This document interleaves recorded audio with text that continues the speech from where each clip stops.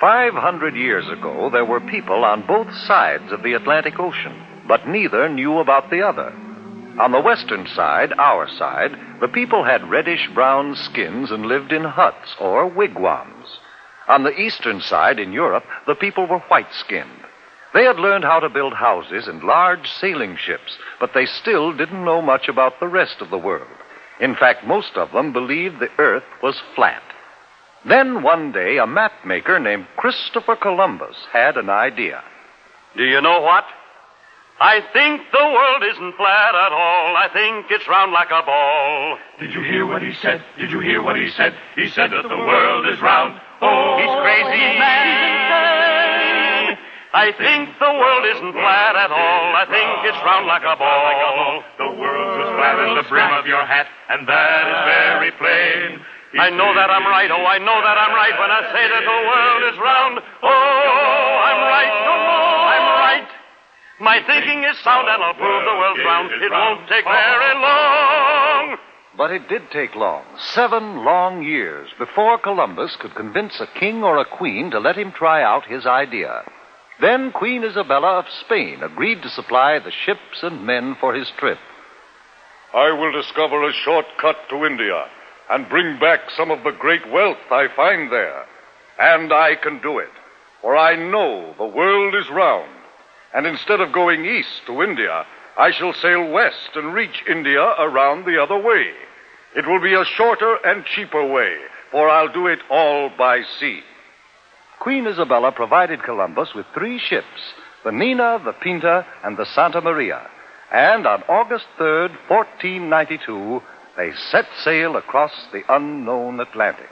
High on the foaming tide, over the ocean, onward our ships will ride, onward, my sailors. The ships sailed onward, but 2 long months after they started, there was still no sign of land ahead.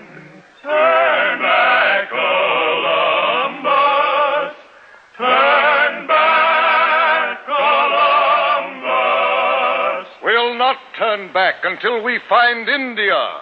Onward, men!